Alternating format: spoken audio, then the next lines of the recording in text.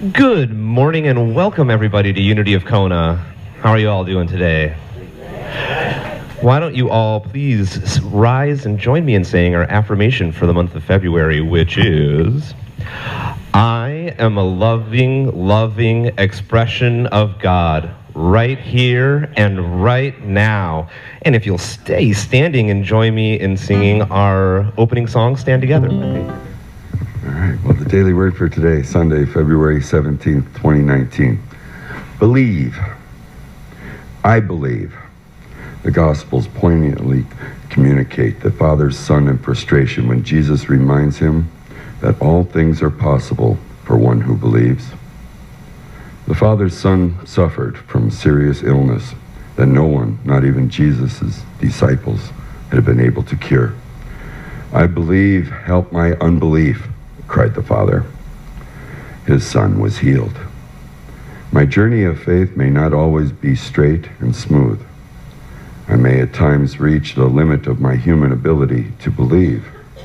In those moments, I surrender to the divine presence within me, affirming, I believe, opens my mind, my heart, and my faith expressed in the life and ministry of Jesus. Through divine presence, the Christ in me, I believe, and I find the answers to my prayers. The reading. Immediately the father of the child cried out, I believe, help my unbelief, is Mark 9:24. So the affirmation is believe, and all together we say it with affirmation. I believe. Thank you.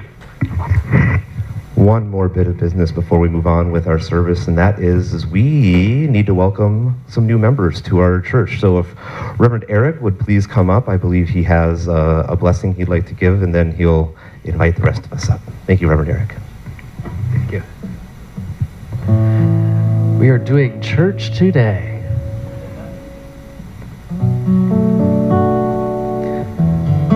So I just want to share a few words about today's ceremony and its purpose.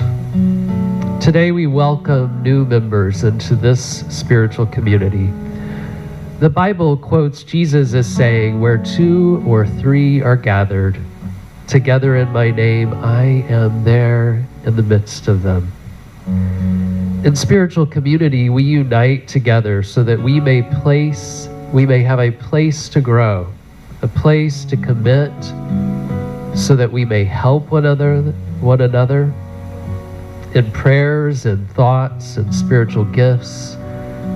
For this is the way that we become a force for good.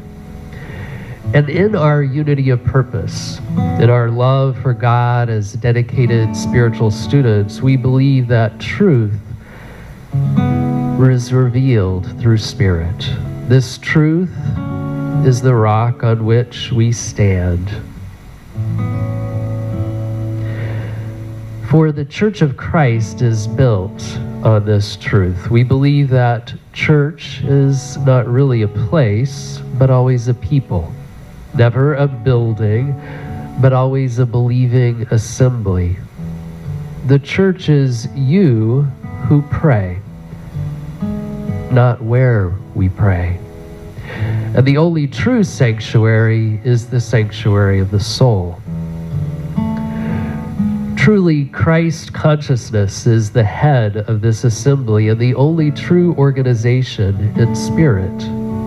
The book of John asserts, God is spirit, and those who worship him must worship him in spirit and truth. Unity, of course, means oneness. We create this unity by bringing with us our various backgrounds to blend together in the name of the living Christ consciousness. And in Psalms we read, how very good and pleasant it is when kindred live together in unity. We are one in unity. So this morning I invite those who have applied for membership to come forward, and Patrick Thompson, who's the board president, is going to join us. So we do want to remind folks that for Unity membership, there are no requirements other than a desire to know God and to unfold spiritually. We offer no prescribed creed other than to love the Lord your God with all your heart, with all your soul, and with all your mind, and with all your strength. And you shall love your neighbor as yourself. So this morning, Unity friends, it is my privilege on behalf of the membership of Unity of Kona to receive you into full and active membership in this church. God is blessing you, and God is blessing us. Thank you. Thank you.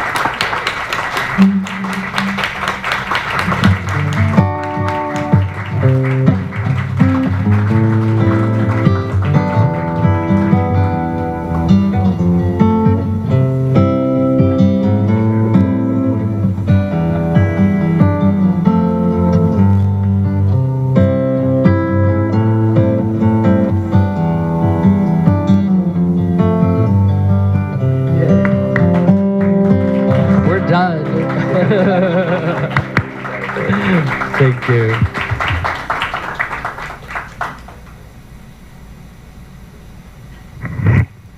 And now is the time in our service where we visualize our sanctuary as a beautiful heart.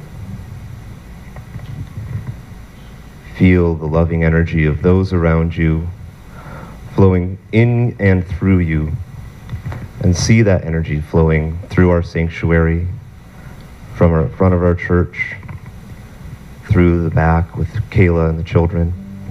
If there are any events or circumstances in your life needing prayer, hold it in your heart as we say together the prayer for protection. The light of God surrounds us. I am the light of God. The love of God enfolds us. I am the love of God. The power of God protects us. I am the power of God. The presence of God watches over us. I am the presence of God. Wherever I am, God is, and all is well. And I'll sing the meditation song.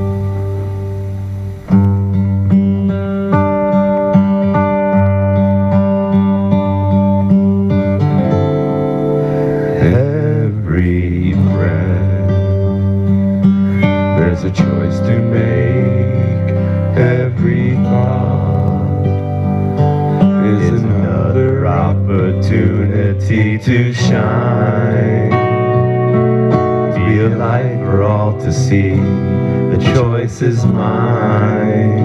To manifest a destiny so divine, full of possibility. It's plain to see. It's up to me, and I will choose love. I will choose kindness. I will choose peace in every word I say. I will choose love. I will choose honor. See the divine in everything that comes my way. Each and every day, I will choose love. Love is a river that flows through you and me.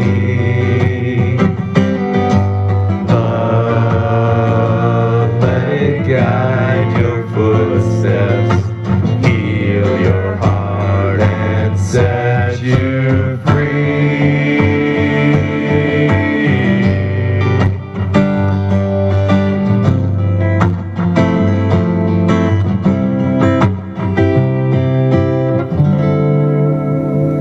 And I will choose love. I will choose kindness. I will choose peace in every word I say. I will choose love. I will choose honor. See the divine in every everything that comes my way. Each and every day, I will choose love.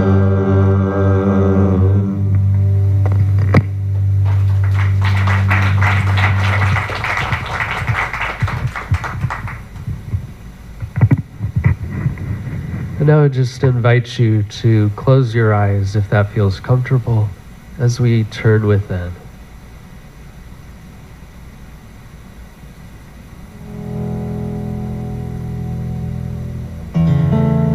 We begin our time of meditation with relaxation. We relax our bodies, and we consciously breathe in and out.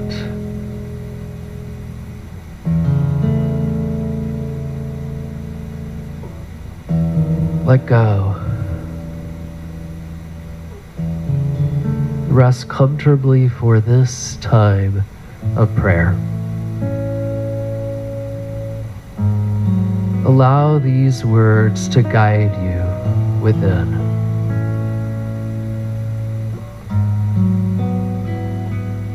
I concentrate and meditate. And as I breathe, I focus on the idea of a God essence called the Christ.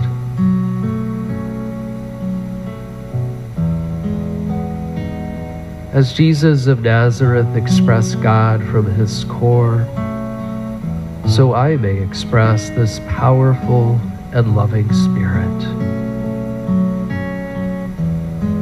With an open mind and a receptive heart, I meditate on the idea that I am in this God essence. This God essence is in me.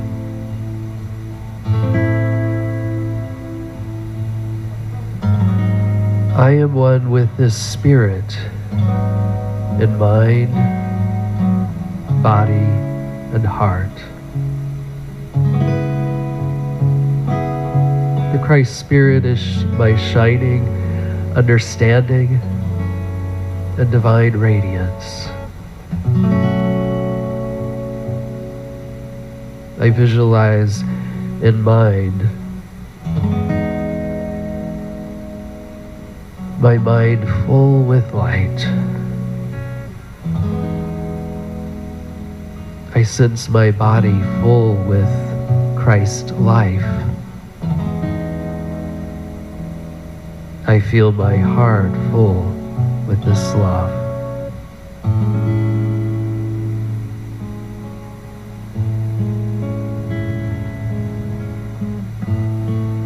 I realize,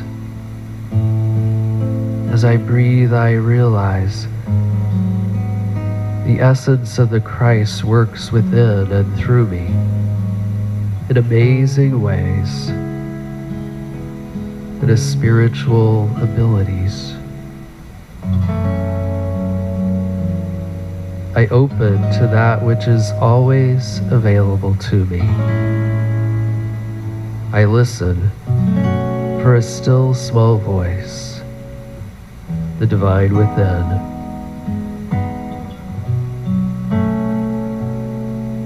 And I embrace the silence.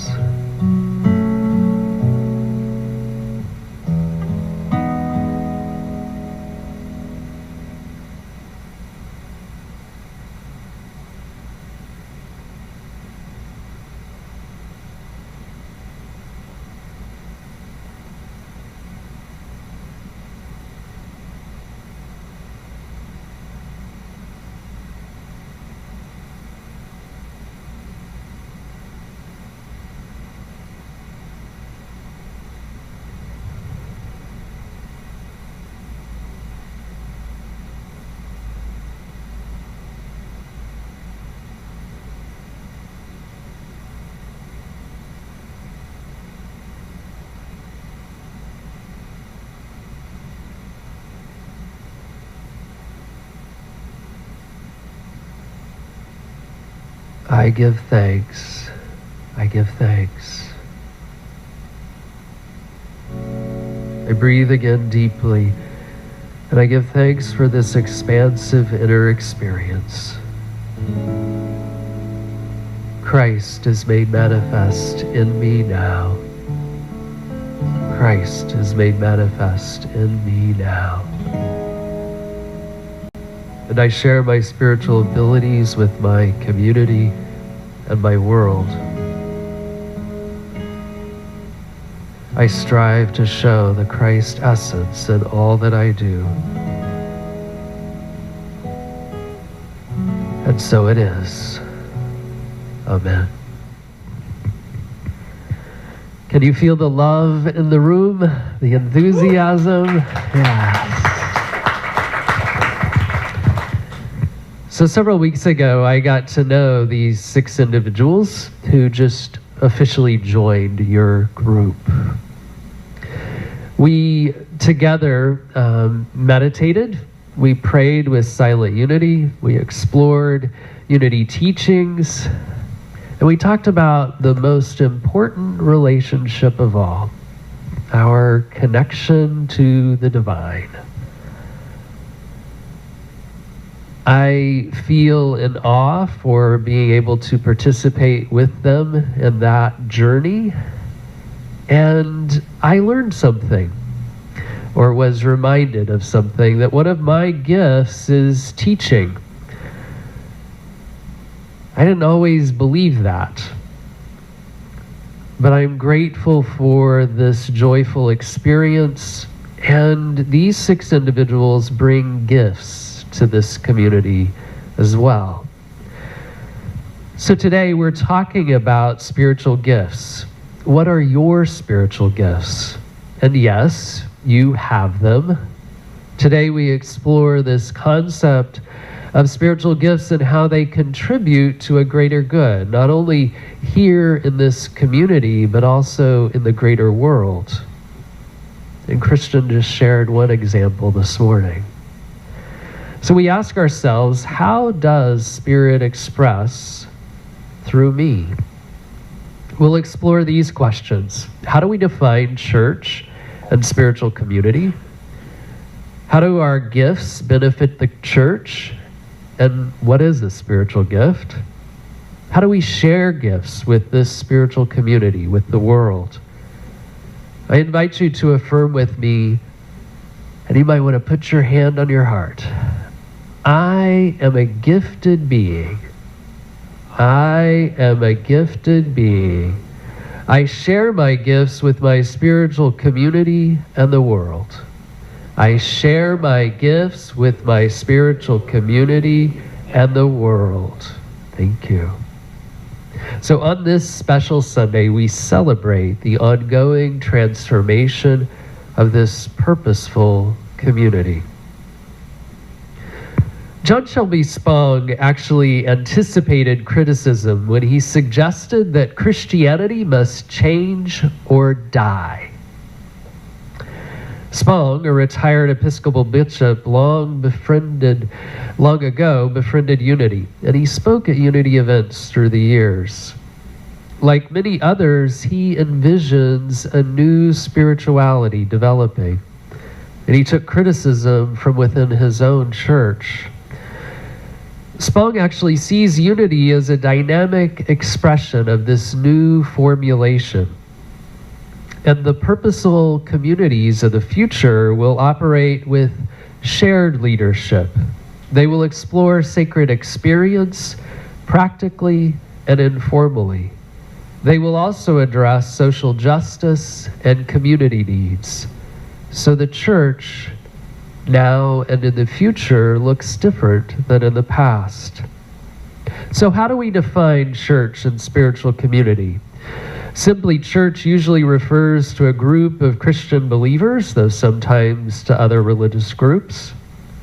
A spiritual community refers to a group of people with shared beliefs, but without a Christian connotation. And Unity of Kona, like other unity groups, is a little bit of both. This group has moved many times since it began in 1987, reminding us again and again that church is not a building, right? This spiritual community is an assembly of spiritually minded people, spiritually evolving people, spiritually exploring people. And we can affirm that each of us, and together, we are a group of gifted people. Can you say that to yourself? We are a group of gifted people. Early on, the Christian church recognized spiritual abilities. In the years after the death of Paul the Apostle in 64 CE, his followers gathered together in house churches around the Mediterranean. And one of those groups formed in Ephesus, a port city in modern-day Turkey. The author of the letter to the Ephesians shares many mystical insights and the idea that individuals are equipped with spiritual gifts. Gifts that promote the body's growth and building itself up in love.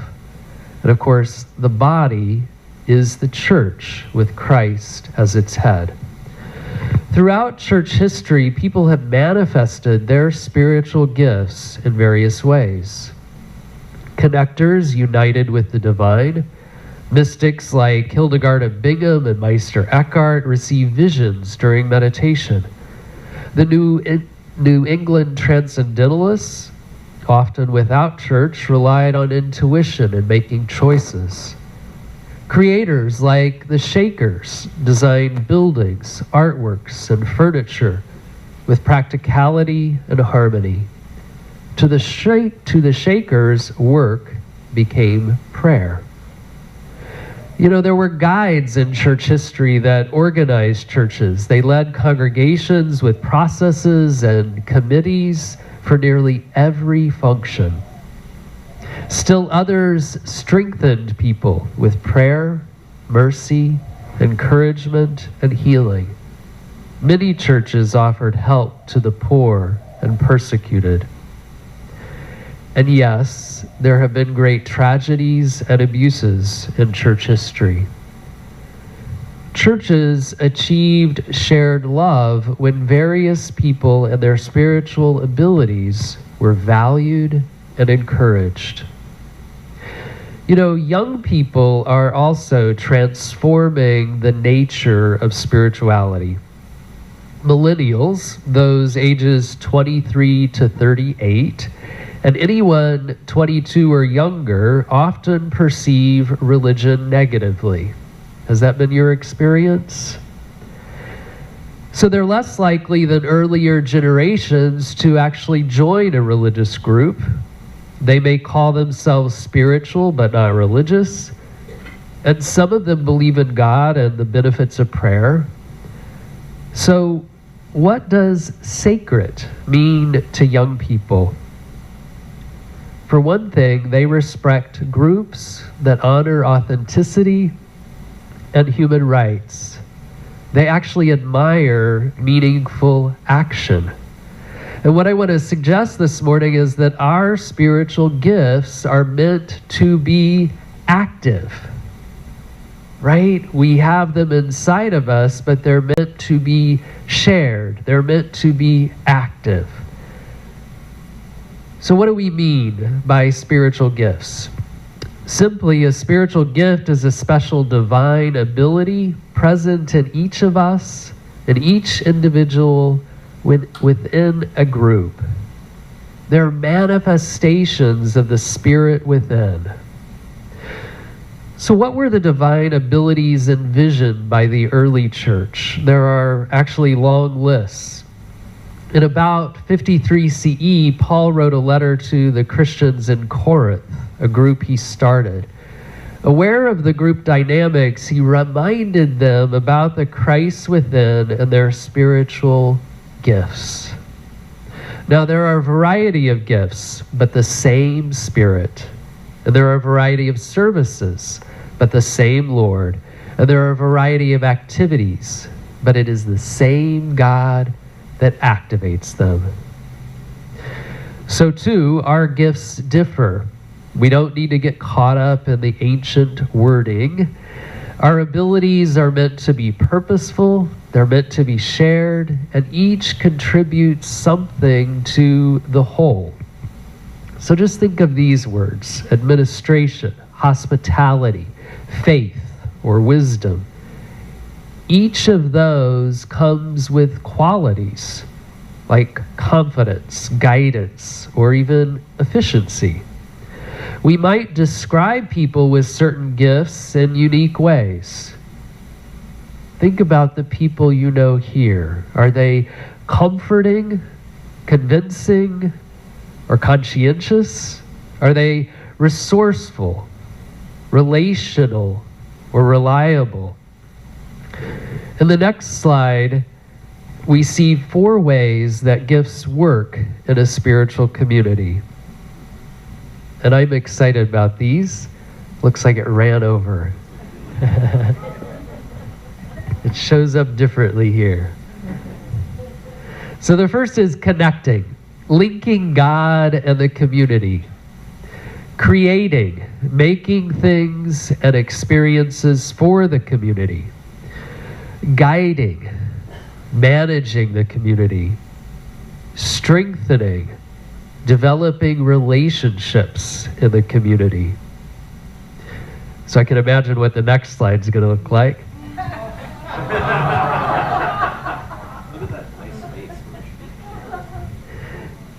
Just shows you how expansive these are.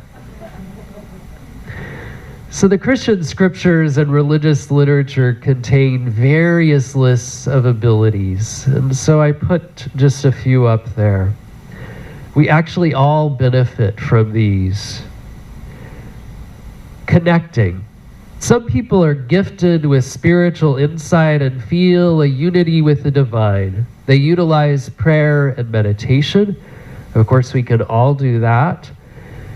What is the outcome of this connection? Things like discernment, faith, and wisdom. With them, we experience surprises, sometimes mysterious and miraculous moments. Chaplains and other centered individuals fulfill roles in this area. You connect God to the community. Creating. Some people meet the needs of others in meaningful and life-giving ways. And how do we see these displayed? We've already seen some this morning. People preparing and sharing food, sharing music, arranging flowers, sewing banners, working with audiovisual and the website. You're enthusiastic and joyful. You co-create the community. Guiding. Some people find themselves drawn into leadership and they fulfill roles, some of those roles unseen, of managing, teaching, peacemaking, or advocating. We think that we might think of the roles of ministers and board members. Of course, this is also the role of teachers. You guide the community. Strengthening. Others build deep relationships. It's about expressing God's love. You may comfort, pastor, counsel, or care, and you don't have to have a title to do that. You show your compassion and encourage.